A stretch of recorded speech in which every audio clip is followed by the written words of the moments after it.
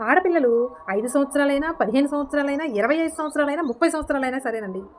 తల్లిదండ్రులు ముఖ్యంగా తండ్రి కూతుర్ని దగ్గరికి తీసుకొని, చక్కగా హత్తుకొని, ఇలా బుగ్గలు పట్టుకొని, "ఎంత అందంగా ఉన్నావు బంగారు తల్లి. అన్నీ నా పోలికలే." లేదా "అమ్మలాగా ఉన్నావు, అమ్మమ్మలాగా ఉన్నావు, నానమ్మలాగా ఉన్నావు" అంటూ దగ్గరికి తీసుకొని, "నా బంగారు తల్లిరా నువ్వు" అని ముద్దాడుతూ మంచిగా దగ్గరికి తీసుకొని మాట్లాడండి.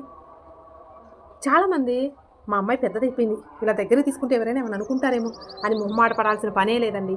కూతుర్లు ఎంత పెద్దవాళ్ళైనా వాళ్ళ పిల్లలకు తల్లులైనా కానీ తండ్రికి ఎప్పుడూ కూతురే. ఎప్పటికీ చిన్న పిల్లలే.